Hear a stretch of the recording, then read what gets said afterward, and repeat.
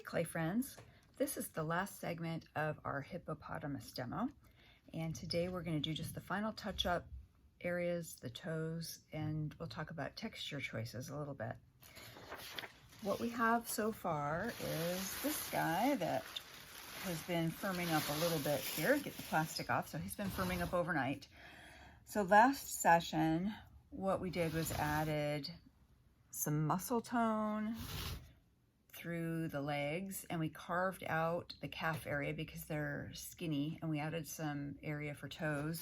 And then we added some facial features on there. So we added our normal pupils up higher than normal, and then a couple rolls up here, and we took 2 balls, punched a finger in and turned those into ears, and then added some nostrils right down here.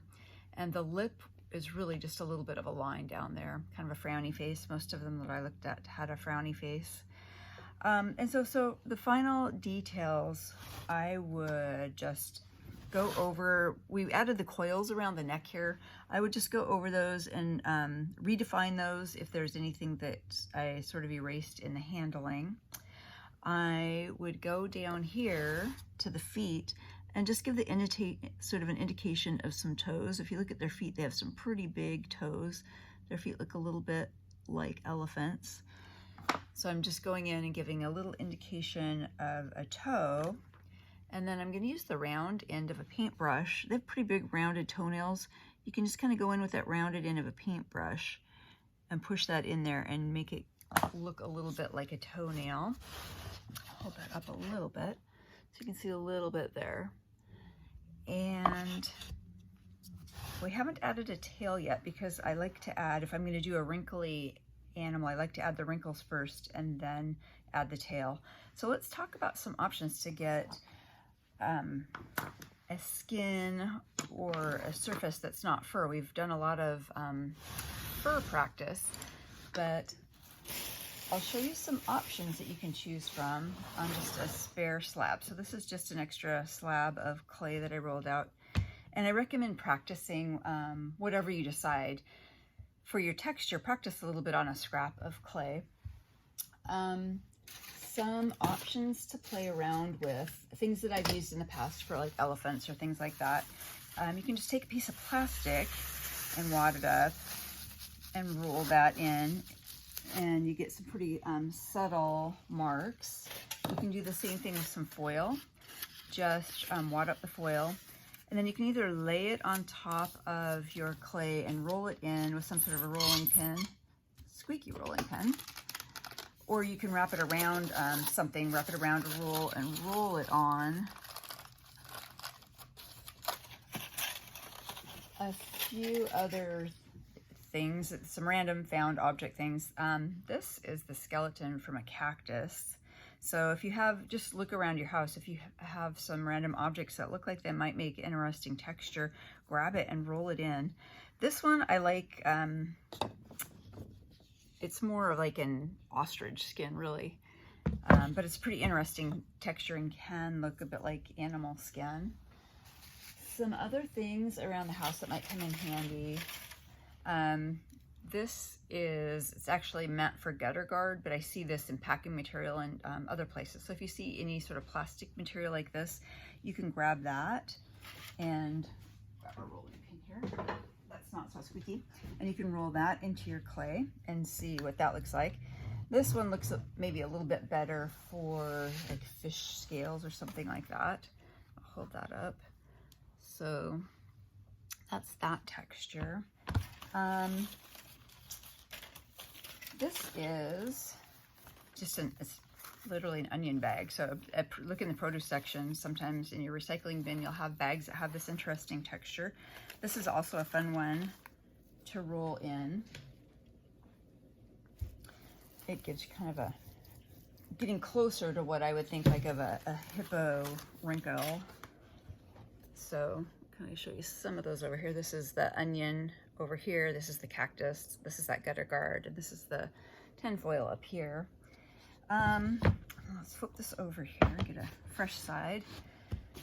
Another one is if you have any cheesecloth or anything like cheesecloth, sometimes that can give you something that looks like a hippo rhino, elephant sort of skin. So I'm just rolling it in so I can test it before I put it on. Now I kind of like that one. I don't know if you can see that, if the light is shining on there well enough, but that gives you kind of that crackly skin. The other thing to consider is you can be playful and whimsical and do anything you want. So you can carve flowers or polka dots into this. If you've got like an old doily, for example, you can take that, and if you have one of these little, it's like a pastry roller, you can use the pastry roller to roll textures onto your animal. If you don't have this, you can also just use the smooth side of your rib. So you can kind of run the smooth side of your rib over to press textures in. So you can have a fun texture like that that's not related to the wrinkly skin of an actual rhino. So play with your textures first and decide what you want, and then we'll add the tail last. So I am not going to take up all your time by putting the texture on this whole thing, but I'll just show you the tail area as kind of an example. Let's say that I decide that I like this cheesecloth, so that we're going to put the cheesecloth area here. So I would kind of do a combination of rubbing over it with my metal rib, and if there's areas that I can't get to with my metal rib, I just use my fingers to press that in down around the legs.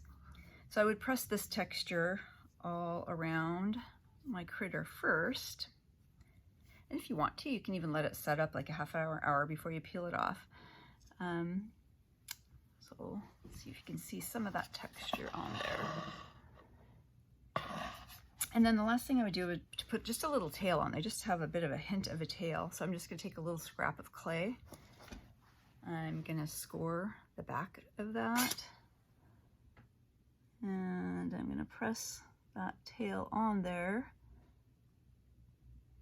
And I'm going to blend the top end where it joins onto the actual tail. And if you want to, you can go back over it with your texture. Put a little bit more texture on there. And then I'm going to take my needle tool and give it a little bit more tail-like texture by going in like this, and just give it a little bit more texture there. So that's kind of the last thing I would do, just work that little tail area. And then of course go around and do all the other toes on all the other feet. So that is the final detail work. Once you're happy with it and get him the way you want him, we are going to need to poke a needle hole in so that he doesn't explode in the kiln. And this is important. So there's a couple places you can hide. You can go underneath and punch a hole. You can go in through a nostril. I frequently go in through a nostril, and just push it hard enough until you feel it give away. And if you're worried about your piece being thicker, you can punch holes in several places. So I can turn this guy over and I can punch a couple holes on the underside. And that way, as he's drying, air can circulate a little bit, and when he's in the kiln, there's multiple holes for that steam to be released out of. So it's going to let it dry a little more evenly and improve the odds of it firing evenly without exploding. So definitely don't forget to punch your hole in as the very last thing. We do it last because the pocket of air in there gives it strength to keep working on it. But once we're done working on it, you can go ahead and punch your holes. And then, just like our other masks, we're going to cover this lightly and let it dry slowly. Because we've added parts like the tail and things onto the wetter clay, we're just going to lightly cover it. So just put your plastic over it without tucking your plastic under the board and let it dry very slowly there. And if you have questions, you can email me or ask on our Zoom session. So we'll talk to you soon.